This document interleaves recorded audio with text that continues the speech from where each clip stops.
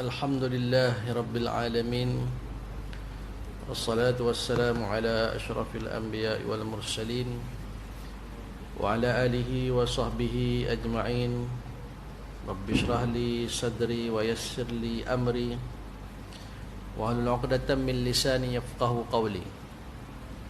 Nawaitu ta'allum wa ta'lim wa tadhakkar wa tadhkir wa naf'a wal intifa'a wal ifadata wal istifadah wal hassa 'ala at-tamassuki bi kitabillahi wa sunnati rasulillahi sallallahu alaihi wasallam wa ad-du'a ila al-huda wa ad-dalalata 'ala al-khair ibtigha'a wajhillahi wa mardatihi wa qurbihi wa thawabihi subhanahu wa ta'ala, amma ba'.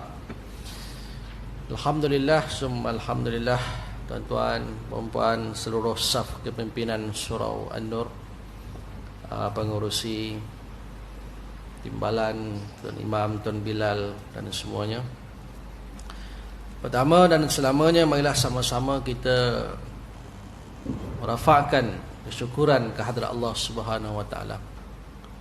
Terus menerus kita bersyukur kepada Allah Subhanahu wa taala di atas segala nikmat yang telah Allah Ta'ala kurniakan kepada kita. Nikmat ni tuan-tuan, kita bersyukur dengan nikmat yang kita miliki. Bila kita fikir nikmat yang belum kita dapat, maka menjadikan kita tidak bersyukur pada Allah. Dan contohlah, orang dia dah ada rumah, kemudian dia tengok rumah orang lain besar, teres, tak tahu kali-kali berapa, saya pun tak pandai, besar. Dia pun, ya Allah, aku pun nak jugalah teres. Rumah aku kecil, tetamu datang pun susah. Tengok. Jadi sedar tak sedar sebenarnya kita telah pun kufur nikmat Allah Subhanahu wa taala. Sebab itu tuan-tuan, pegang dalam hidup kita apa yang kita miliki, syukur. Yang tak ada, tak apa. Yang tak ada di dunia, Allah nak bagi kat kita di akhirat. Jadi mudah-mudahan tuan-tuan kita digolongkan dalam golongan hamba-hamba Allah yang bersyukur kepada Allah Taala. Baik, kita terus sambung pengajian kitab kita, iaitu masih lagi tentang bahaskan tentang menepati janji. Baik, berkata musannif rahimahullahu taala, kedua, janji kepada semua manusia. Janji kepada Allah pun ada, janji kepada manusia pun ada. Allah mengambil perjanjian dengan Bani Israel. Wa idh akhadna mitsaqa Bani Israel.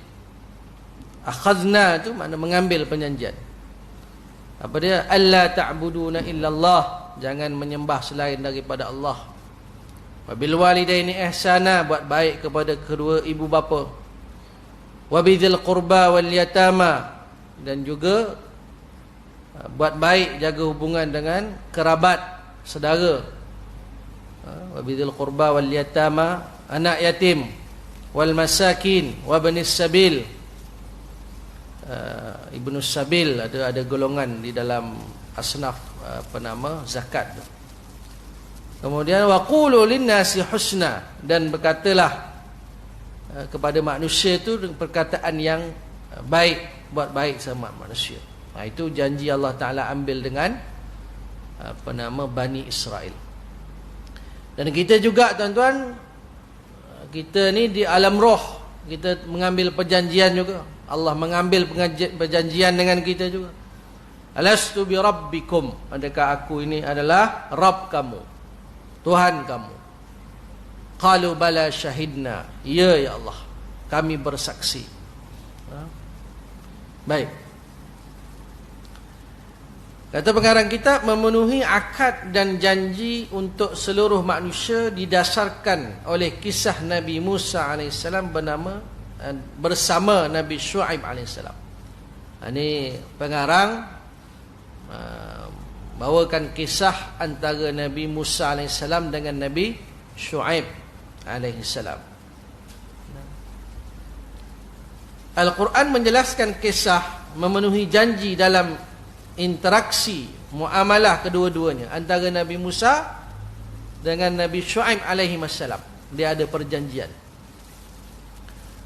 Allah SWT berfirman, qala inni uridu an unkihaka ihdabnatayya hataini ala an ta'jurani thamaniya hijaj. Bapa perempuan itu berkata, bapa perempuan itu Nabi Shu'aib alaihissalam. Dia kata apa kepada Musa? Aku hendak mengkahwinkanmu dengan salah seorang dari kedua anak perempuanku. Nabi Shu'aib ada 2 orang anak perempuan. Dia nak nikahkan dengan Nabi Musa salah seorang, kerana adik-beradik tidak boleh dihimpunkan. Contohlah, isteri pertama kakak, isteri kedua adik. Haram, tuan-tuan. Sebab apa? Sebab itu adik-beradik. Tetapi selepas wala'iyahzubillah, minta jauh, nikah dengan kakak, kemudian berpisah. Dah berpisah, lain lah kita dia. Kenapa? Bukan lagi. Sebab itu yang bukan mahram ni adalah wanita, orang lelaki ni, dia nak tahu mahram dia siapa, ataupun siapa mahram dia, siapa bukan mahram dia, senang je. Tuan-tuan kumpul saudara mara kan, sepupu, 2 pupu, berapa pupu tak tahulah kan. Jadi nak bersalam, okey, apa ni, fikir balik, maknanya ni siapa ni? Ini mak saudara Sabit. Sabit ni maknanya dia menikah dengan pakcik kita. Kalau takdir kata berpisah dengan pakcik kita boleh nikah tak dengan mak saudara Sabit tu? Boleh. Maka bila nak salam tu, kita boleh menikah tak? Kalau boleh, maknanya bukan mahram. Kalau tak boleh menikah, maka ia adalah mahram. Mudah ya? Orang hari ni dia tak peduli semua benda tu. Melainkan kita jumpa kumpul ramai-ramai, semua salam sampai mak saudara Sabit kita pun hulur tangan juga kan. Contoh kita dalam nak salam, mana kalau kita kata apa, sedar, ni tak boleh salam, haram. Kita kena buat macam ni lah, buat sembah tu lah, tak tahu apa benda je ni. Maknanya tunduk sikit ke, maknanya dia faham tak boleh salam. Kadang-kadang orang yang dah berumur ni, pakcik, makcik ni, pangkat-pangkat macam mak ayah kita, dia orang nak bersalam dengan kita. Dia bukan kira kita ustaz ke, kita syekh ke, kita tok guru ke, dia nak menyalam juga. Apa payah kita? Allah dengan makcik pun tak nak salam. Apa? Contoh. Makcik, ini hukum, makcik hukum. Faham hukum tak? Bukan boleh bagi tahu malaikat tu, saya salam dengan makcik saya, dah jaga hati. Malaikat kata tak apalah, kalau jaga hati tak apa. Tak ada ya tuan-tuan. Maknanya haram tu tetap haram. Baik. Maka kata Nabi Shu'aib alaihissalam, aku nak nikahkan engkau, wahai Nabi Musa, dengan salah seorang, ihdabnatayya hatain. Maknanya salah seorang, tak tahulah mana satu, kakak ke adik, tuan-tuan tak payah pening lah. Kakak ke ustaz? Adik ke? Tak payah pening. Salah seorang, tak adik kakak, masalah. Baik. Kemudian dengan syarat bahawa engkau bekerja denganku selama 8 tahun. Ini dipanggil apa? Mas kahwin. Kita hari ini yang biasa, kebiasaan kitanya Selangor RM300 mahar. Betul 300 ke dah naik? Ada orang nak akad dengan apa dah? Kain semayang, kain apa? Kain kerudung. kain semayang perempuan. Telekung, kain telekung. Dengan mahar surah apalah Ar-Rahman ke. Ikutlah tuan-tuan, janji dia mahar tu memberi manfaat. Nak bincang bab mahar ni panjang pula tuan-tuan. Jadi kita yang mudahnya, aku kahwinkan di kau dengan sekian anak, dengan mas kahwin RM300 hutang. Ikutlah macam mana pun tuan-tuan. Janji ada bagi sesuatu bagi kepada isteri tu. Jadi kadang dalam hukum ni tuan-tuan, kita bukan nak mudah-mudah dalam hukum, kita ambil kebiasaan kita. Mahar tu apa? Jangan dia buat pelik. Nanti pihak orang kata keluarga perempuan tu jadi terpinga-pinga nanti. Bukan semua orang belajar masuk pondok macam mana ada orang pondok dia faham, tak apalah. Kalau orang tak faham, dia sibuk tanya, mas kahwin apa tadi? Biasa duit apa mas kahwin? Hantaran berapa? Saya tak dengar RM apa tadi. Sibuk dia nanya. Macam dia yang keluarkan duit pula. Jadi bukan boleh kira orang ini. Jadi tuan-tuan, Nabi Syuaib ni dia nikahkan Nabi Musa, syarat dia apa? Maknanya mahar dia kena kerja dengan Nabi Syuaib 8 tahun. 8 tahun tu 8 musim lah. Ada 3 tahun. Baik, fa in atmamta 'ashran famin 'indika. Dalam pada itu jika engkau genapkan menjadi 10 tahun, maka yang demikian itu adalah dari kerelaanmu sendiri. Jadi syarat nak nikah, Nabi Syuaib nikahkan Nabi Musa dengan anak dia, 8 tahun kena kerja dengan dia. Kerja tak tahulah, gembala apa, binatang ke apa benda ke tak tahulah. Kata Nabi Syuaib, kalau nak genap 10 pun terpulang pada kamu. Maknanya tambah lagi 2 tahun. Tapi yang wajibnya 8 tahun sahaja. Wa ma uridu an asyqa 'alaika. Ingatlah aku tidak bertujuan hendak menyusahkanmu. Bakal pak mertua itulah. Contoh dia kata mas kahwin lah, hantaran tu lain. Mas kahwin tu yang nak bagi lepas akad nikah, serah mas kahwin. Bakal mertua kata 8,000 lah. Serba satu saya pun tak faham tuan-tuan. Apa ke benda serba satu, serba apa tak tahu. Wang apa hangus semua ada juga. Tuan-tuan tengok filem-filem dulu dia ada tu. Serba satu, wang hangus ke apa benda tak tahu tuan-tuan. Jadi kata Nabi Syuaib, aku tak nak menyusahkan kamu. An asyqa 'alaika.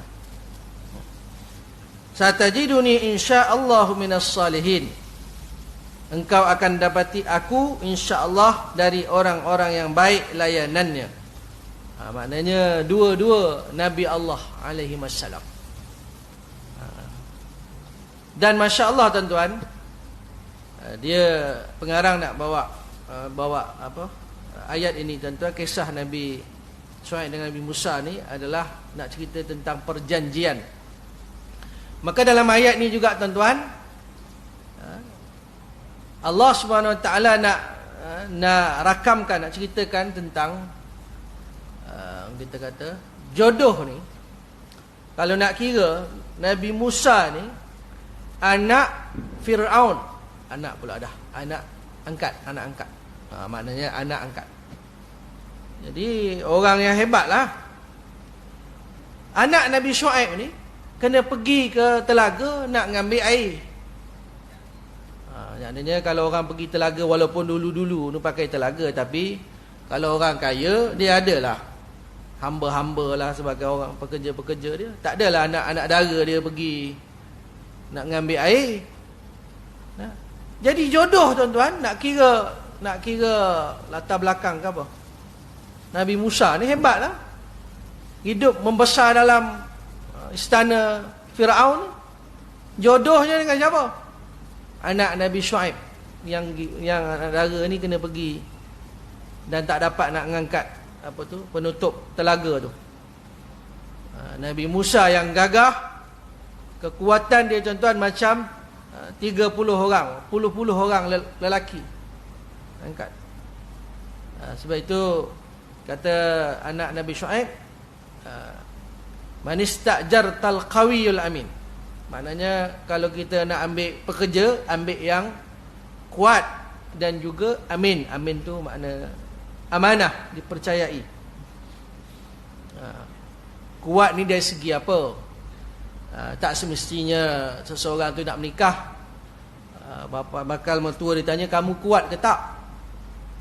Lelaki tu pun pening, kuat apa? Kan? Maksudnya lelaki ni biasanya ar-rijal, lelaki ni dia bertenaga lah. Maknanya tak sihat walafiat lah. Maknanya boleh bergerak, boleh bekerja, boleh menguruskan rumah tangga dan sebagainya lah. Baik. Kemudian Nabi Musa AS menjawab, qala dhalika baini wa bainaka ayyamal ajalain qadaitu fala udwana alayya. Nabi Musa menjawab, perjanjian itu adalah antaraku denganmu, tetap dihormati bersama, yang mana sahaja 2 tempoh itu aku tunaikan, maka janganlah hendaknya aku disalahkan. Maknanya ayyamal ajalain. Maknanya Nabi Musa kata, dari 2 tempoh tu, 8 tahun ke 10 tahun ke, qadaitu, aku akan tunaikan. Fala udwana alaih. Maknanya janganlah aku ni disalahkan. Sebab itu tuan-tuan, kita ni kalau buat perjanjian dengan orang, tak kisahlah pinjam duit ke, itulah urusan itu, urusan ini, perniagaan, rakan kongsi dan sebagainya, biasanya pada awal-awalnya elok. Betul tak? Bila dah bergaduh, lain pula cerita dia. Masa elok, masa tengah baik, begini, bagi untungnya begini, keluar modal begini, sekian, pinjam loan guna nama kamu, gini. Bila dah sampai tengah, akhir bergaduh, dah lain. Yang ni kata bukan perjanjian macam tu, ini bukan macam tu. Kita tengoklah dalam TikTok. Ini perjanjian dulu, ini macam ni, ini dulu. A cakap macam ni, B cakap macam ni, C cakap macam ni, sampai ke sudah tak selesai masalah. Last ke mana? Pergi mahkamah lah. Dia hakim yang menentukan. Ada pendakwanya, ada pembelanya dan sebagainya. Maka kata Nabi Musa, mana-manalah 8 tahun ataupun 10 tahun. 2 tahun tu maknanya kerelaan Nabi Musa. Wallahu ala ma naqulu wakil. Dan Allah jugalah menjadi pengawas terhadap apa yang kita katakan itu. Maknanya tuan-tuan, kedua-duanya itu kena kata yakin bahawa yang menjadi pengawas mereka, yang memerhatikan mereka itu adalah Allah Subhanahu wa taala. Baik.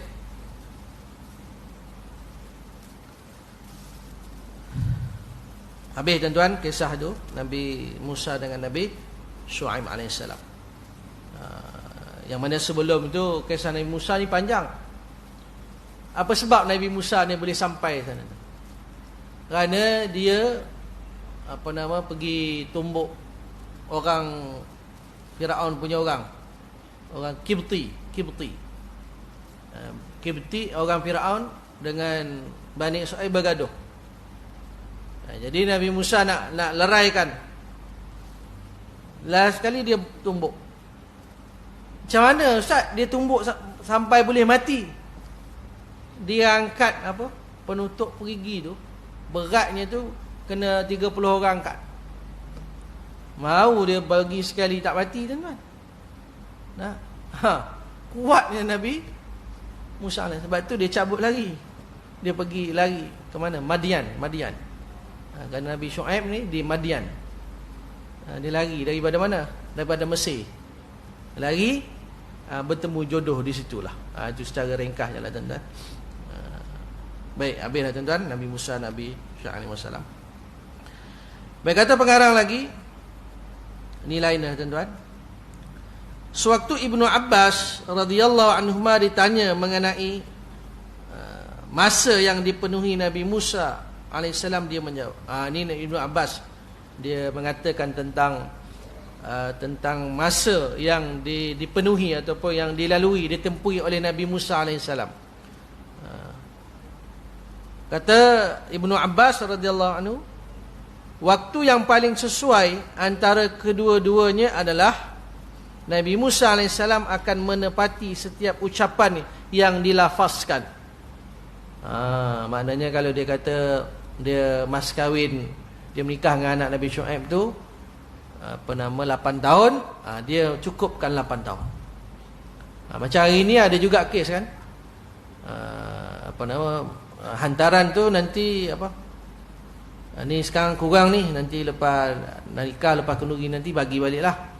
Ya saja. Lepas tu tak bagi dah, bergaduh lah, tak mengungkit dah. Sebab itu tuan-tuan yang dimuliakan oleh Allah SWT, apa yang kita cakap tu kita kena tunaikan. Kata Ibnu Abbas, Nabi Musa ni dia berjanji dengan Nabi Shu'aib AS nak kerja 8 tahun, maka dia tepati janji tersebut. Dia tidak mungkir janji. Baik, sebuah hadis menyatakan Abdullah bin Al-Hamsa berkata, ini hadis menyatakan Abdullah bin Al-Hamsa berkata, saya berbai'ah kepada Nabi SAW sebelum baginda diutuskan.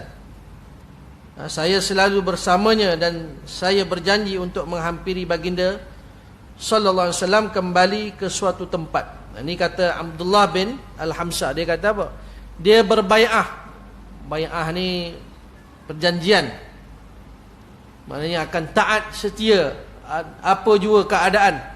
Taat kepada Nabi sallallahu alaihi wasallam, membela Islam, tak akan meninggalkan pasukan Islam dan sebagainya. Ya, maknanya walaupun terpaksa korbankan nyawa, dia ada perjanjian dengan Nabi Muhammad sallallahu alaihi wasallam. Kemudian dia juga berjanji dia nak menghampiri Nabi sallam di satu tempat. Maknanya dia berjanji nak jumpa dengan Nabi sallam di satu tempat. Maka Nabi sallam berpegang dengan kata-kata dia. Nabi sallam, tuan-tuan, bila mana orang Abdullah bin Al-Hamsa ni kata dia nak jumpa Nabi sallam di satu tempat. Namun begitu saya terlupa. Dia lupa, tuan-tuan. Dia janji Nabi sallam, dia nak menghampiri Nabi sallam, maknanya nak bertemu lah di satu tempat. Kemudian dia lupa. Bila dia ingat, tuan-tuan, 3 hari kemudian saya teringat. La ilaha, 3 hari, tuan-tuan. Kita kalau terlupa mungkin malam tu tidur, esok teringat kot. Tak tahulah, tuan-tuan. Saya, tuan-tuan, dalam telefon ni, kalau seminggu tu hari Sabtu kenduri kahwin, tulis kenduri. Tulis ringkas boleh, ken ni apa? Lalah tak ingat ken apa. Malah nak tulis panjang-panjang, tuan-tuan. Ataupun kenduri kahwin di tempat sekian, anak sekian, panjang. Lalu saya tulis ken je. Lalah saya pun tak ingat ken apa. Ataupun, tuan-tuan, tak ingat kenduri kat mana. Sudah. Jumpa oleh orang tu, Ustaz, tak sampai, Ustaz. Saya tak ingat. Dia tak ingat, dimaafkanlah kan. Baik, lepas 3 hari, kata Abdullah bin Al-Hamsa ni, dia kata dia teringat dan menemui baginda SAW di tempat yang sama. Lepas 3 hari, tuan-tuan, dia pergi, Nabi SAW ada tempat tu. Punyalah Nabi SAW berpegang dengan janji, tuan-tuan. Orang kalau jenis kerja apa tu, banyak appointment tu. Kerja apa? Cari pelanggan tu apa benda, dia tahulah. Lepas ni saya ada jumpalah orang. Jumpa kat kenduri kahwin ke mana. Lepas ni ke mana? Lepas ni ada apa, customer ke apa, appointment. Dengar hebat, tuan-tuan. Saya ingat saya pun nak sembang orang, nak cakap appointment jugalah. Malam ni ada appointment dekat Surau An-Nur Bandar Puteri Kelang. Nampak macam kelas sikit lah. Ingat ustaz cacak ayam ni tak. Jadi tuan-tuan yang dimuliakan oleh Allah SWT, apa tadi tuan-tuan? Jadi Nabi SAW tuan-tuan dia ingat, dia pergi jumpa Nabi SAW di tempat tu. Nabi kata apa? Baginda SAW berkata, wahai pemuda, engkau telah menyusahkan aku. Nabi pun marah tuan-tuan. Engkau kalau berjanji datanglah, aku tunggu engkau. 3 hari baru dia ingat tuan-tuan. Ini 3 hari ni dah nyanyok agaknya kot.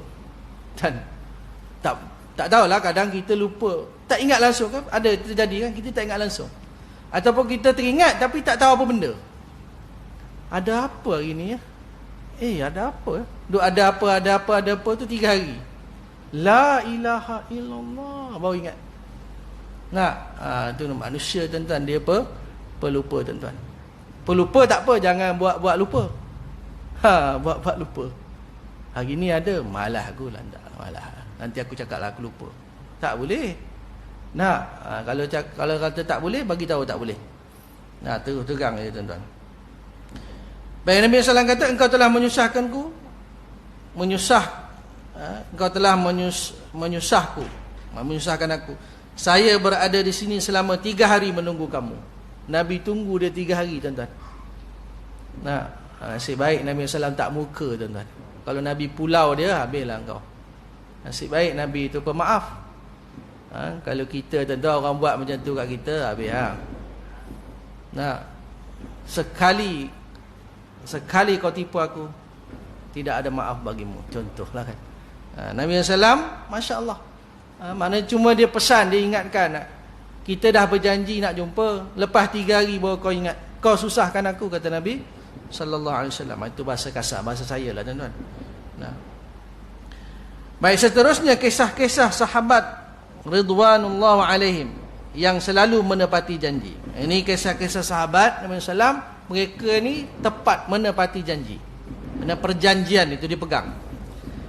Ibnu Asakir menyatakan, sewaktu Abdullah bin Amr radhiyallahu anhu menemui ajal, dia berkata, lihatlah fulan, kerana saya telah memberitahunya mengenai anak perempuanku, dengan ucapan yang menepati janji.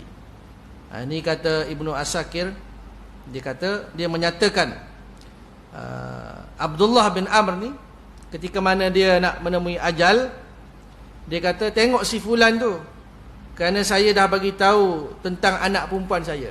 Maknanya nak menikah ke? Saya ada anak perempuan. Maknanya dah bagi ni sikitlah, hint ke apa benda. Dah nikah ke belum? Belum. Saya ada anak perempuan, umur 23, baru habis apalah diploma ke apa. Lepas tu kawan tu cakap-cakap tu, lepas tu dia nak mati tuan-tuan. Dia pesan, dia kata, tengok si fulan tu, kerana saya dah bagi tahu dekat dia tentang anak perempuan. Kot-kot lepas mati bakal mertua tu, dah orang lain pula. Orang lain lagi cepat pergi melalui mak dia, melepas kawan tu. Jadi tuan-tuan, dia dah pernah bagi tahu tentang anak perempuan dia, maka dia kata, lihatlah si fulan tu. Maknanya dia dah bagi tahu tentang anak perempuan dia. Tapi yang dah mati tu matilah. Bukan kita kata mati dah ni, dia mungkin janji ni. Jangan begitu. Dia dah mati, nak macam mana? Waktu dia hidup, dia ada janji-janji apa-apa, tiba-tiba dia mati sampai ajal. Orang dah mati ni tuan-tuan. Contohnya apa? Yang Piramli tu, dia buat mati tu. Minah ke mati dulu ke? Siapa mati dulu? Siapa tu? Datang seorang Cina, datang India. Bila tengok mati, dia orang cakap apa? Tak apalah. Maknanya bila dah mati tu kira apa? Burn lah, halal lah. Tapi tak tahulah hutang-hutang kita hari ni tuan-tuan. Macam-macam dalam TikTok tu. Kalau suami mati tak ini, isteri akan menderita. Kalau suami itu nak jual tu tuan-tuan, nak jual apa tu? Takapul ke apa benda, hibah-hibah, tak benda tak tahulah apa benda. Itu pun masalah juga, menjadikan hidup kita tak yakin dengan rezeki Allah. Bukan kata orang lain, saya sendiri pun tak fikir-fikir tak. mesti tinggalkan kepada anak isteri sekurang-kurangnya 100,000 hibah, gini. Okeylah yang dah buat tu, okeylah, baguslah. Tapi tak semua orang mampu carum-carum tu, apa ke benda tu. Bulanan anak 5, berapa sebulan? Isteri lagi, isteri 1, isteri 2, kan? Jadi tuan-tuan nak berniaga, nak simpanan apa, bagus, jangan sampai merosakkan akidah. Nanti mati suami, habislah. Bayangkan suami puan balik kerja, accident. Puan makan apa? Makan nasi lah, tak nak makan apa. Simpanan tu betul, saving betul. Kita tak nafikan. Ajarkan kepada keluarga kita yakin pada Allah Taala. Itu nombor 1. Itu zaman Nabi SAW boleh lah. Zaman ni zaman fulus. Ini masalah juga. Kita cerita akidah, dia cerita fulus. Itu masalah juga. Maknanya kita imbangkanlah. Maknanya jangan kita cari rezeki, yakin juga dengan rezeki itu daripada Allah SWT. Baik. Jadi tuan-tuan, kata Abdullah bin Amr, dia kata tengok fulan itu. Maknanya saya dah bagi tahu kat dia tentang anak saya. Dengan ucapan yang menepati janji. Saya tidak suka menemui Allah Ta'ala dengan membawa 1/3 daripada kemunafikan. Dia kata dia tak nak mati dalam keadaan bersifat munafik. Kalau nak kira, tak adalah salahnya. Dia cakap-cakap pasal anak perempuan dia kat lelaki tu, betul-betul dia mati. Tak ada salah apanya. Tak, sebab dia dah mati. Kalau dia hidup lagi, datang rombongan peminang pada anak saya, hantaran sekian-sekian, tak payahlah, saya tak tetapkan dan sebagainya. Tapi kalau dia dah mati, nak buat macam mana? Tapi oleh kerana dia berpegang dengan janji tu, tuan-tuan, maknanya sebelum dia meninggal tu, dia beritahu, tolong tengok tu sebulan tu, dia kok lah, dia teringat mana apa yang saya janjikan dia, nak sebut dah tentang anak perempuan saya. Baik, Rasulullah SAW menjelaskan 1/3 kemunafikan itu seperti berikut. Ini kita maklum tuan-tuan, terdapat 3 ciri orang munafik, iaitu jika berbicara ia berdusta, jika berjanji ia memungkiri, dan jika diberi kepercayaan ia mengkhianati. Ini tanda munafik. Oleh itu Rasulullah SAW menyuruh kita menepati janji dan melarang memungkir janji. Jadi tuan-tuan, janji tak boleh dimungkiri. Janji dengan anak-anak tu lain ceritalah. Nak azan dah. Kita beri laluan pada azan insyaAllah.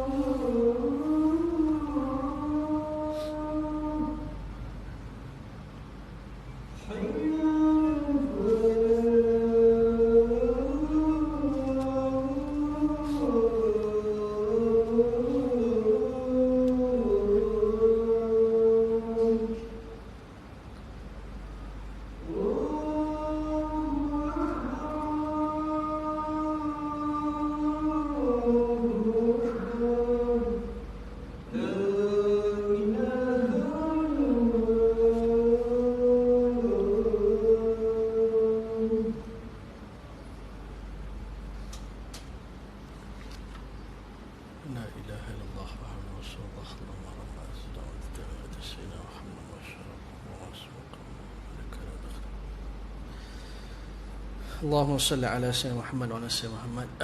InsyaAllah tuan-tuan, beberapa minit, tak lebih 5 minit insyaAllah.